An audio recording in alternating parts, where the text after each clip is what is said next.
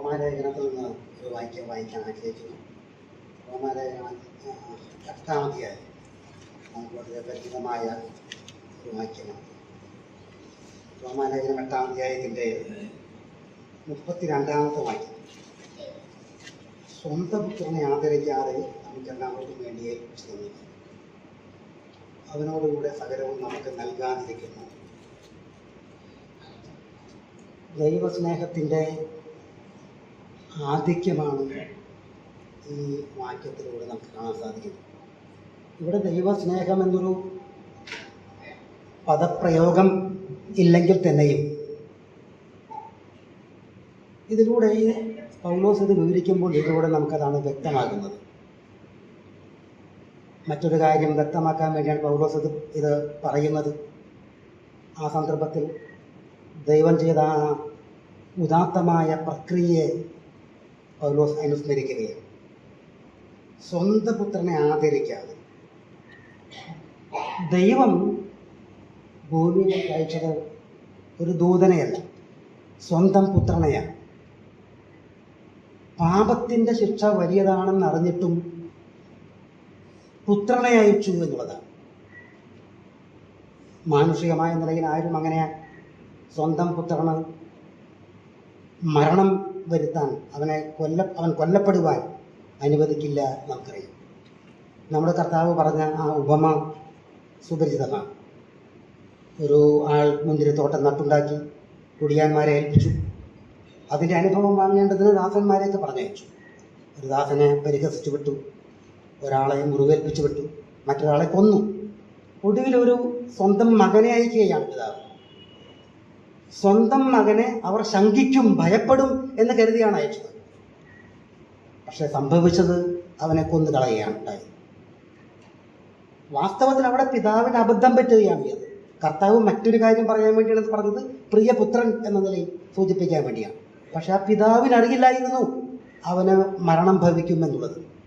പക്ഷെ ദൈവം പുത്രൻ്റെ ശിക്ഷ, പുത്രൻ എന്താണ് ഉണ്ടാകാൻ പോകുന്നത് എന്നറിഞ്ഞുകൊണ്ട് അവനെ അയച്ചു എന്നാണ്. സ്വന്തം പുത്രൻ, അബ്രഹാമിൻ്റെ പുത്രനെ മരണത്തിന് ഏൽപ്പിക്കാൻ അനുവദിക്കാത്ത ദൈവം സ്വന്തം പുത്രനെ അതിനുവേണ്ടി അനുഭവിച്ചു എന്നുള്ളത് ദൈവസ്നേഹം, ദൈവത്തിന് നമ്മോടുള്ള സ്നേഹം അതിലൂടെ പ്രകടമാകുന്നത്. ഇവിടെ സ്വന്തം പുത്രനെ ആദരിക്കാതെ, നമ്മളൊക്കെ എത്രയോ പ്രാവശ്യം ചിന്തിച്ചിട്ടുള്ളതാണ്. ആദരിക്കാതെ എന്ന് പറഞ്ഞാൽ ബഹുമാനിക്കാതെ എന്നാണ്.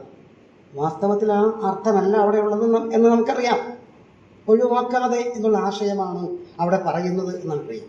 പക്ഷേ ഈയിടെ ഞാൻ അത് വായിച്ചപ്പോൾ അതിനുപയോഗിച്ചിട്ടുള്ള ആ മൂലഭാഷയിലെ വാക്കിൻ്റെ അർത്ഥം എന്ന് പറയുന്നത് മനം നൊന്ത് തടുത്തു വയ്ക്കാതെ എന്നുള്ളതാണ്. മനം നൊന്ത് ഒഴിവാക്കാതെ എന്ന് പറഞ്ഞാൽ ഒരാൾ അനുഭവിക്കാൻ പോകുന്ന ശിക്ഷ, വേദന അത് വലിയതാണെന്നറിയുമ്പോൾ അവനോട് കരുണ തോന്നി അവനെ അനുവദിക്കാതെ അതിനെ പിടിച്ചു വയ്ക്കും, അതിൽ മാറ്റി നിർത്തുന്നതിനെയാണ്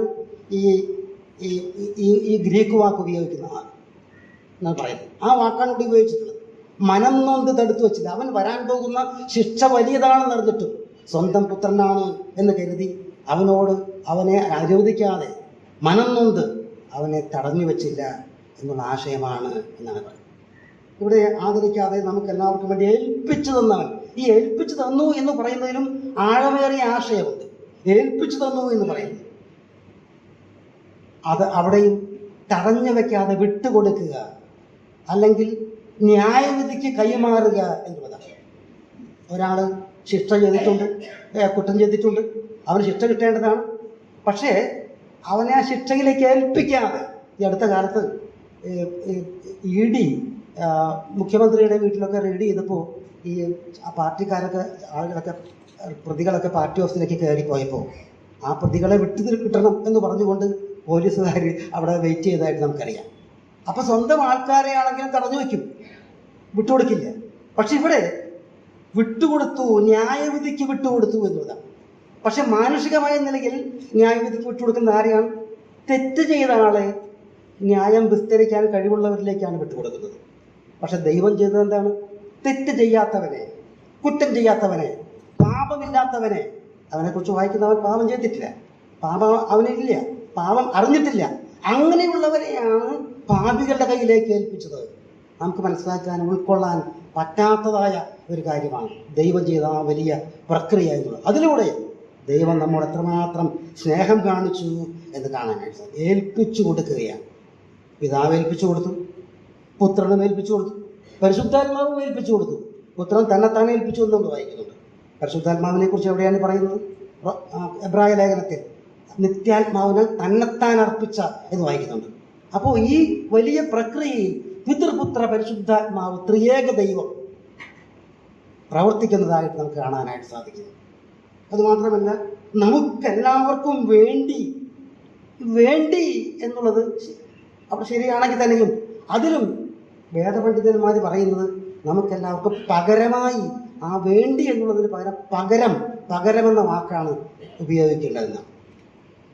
ഒരാൾക്ക് വേണ്ടി പല കാര്യം ചെയ്യാം. ഒരു പ്രതിക്ക് വേണ്ടി പിഴ അടയ്ക്കാനായിട്ട് ആരും തയ്യാറാകും. പക്ഷെ അവന് പകരമായി പ്രതിയായി തീരാൻ, ഞാൻ ജയിലിൽ കിടന്നുകൊണ്ട്, ഞാൻ മരണശിക്ഷ അനുഭവിച്ചുകൊണ്ട് എന്ന് പറയാനാരും തയ്യാറല്ല. ദൈവം അതാണ് ചെയ്തത്, പുത്രനെ തന്നു. നമുക്ക് പകരമാണ്. നമ്മുടെ രാജു സഹോദരൻ സ്തോത്രം ചെയ്യുമ്പോൾ പകരക്കാരൻ എന്നിങ്ങനെ ആവർത്തിച്ച് പറയുന്നത് കാണാം. വളരെ ശരിയാണ്. നമുക്ക് പകരക്കാരനായി പറയും. നമുക്ക് പകരം യേശു കർത്താവ് ക്രൂശിൽ മരണമനുഭവിച്ചു എന്നുള്ളതാണ്.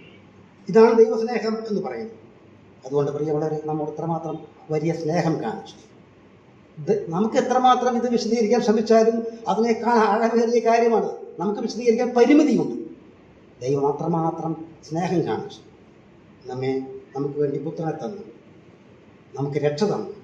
ആ ദൈവത്തെ ഇന്ന് രാവിലെ നമുക്ക് ഓർക്കാം. ഈ ചിന്തയോടെ കർത്തൃമേശയിൽ ഭാഗഭാക്കുകളാകാം. ദൈവം നമ്മെ സഹായിക്കട്ടെ. ദൈവനാമം മഹത്വപ്പെടുവാനാകട്ടെ.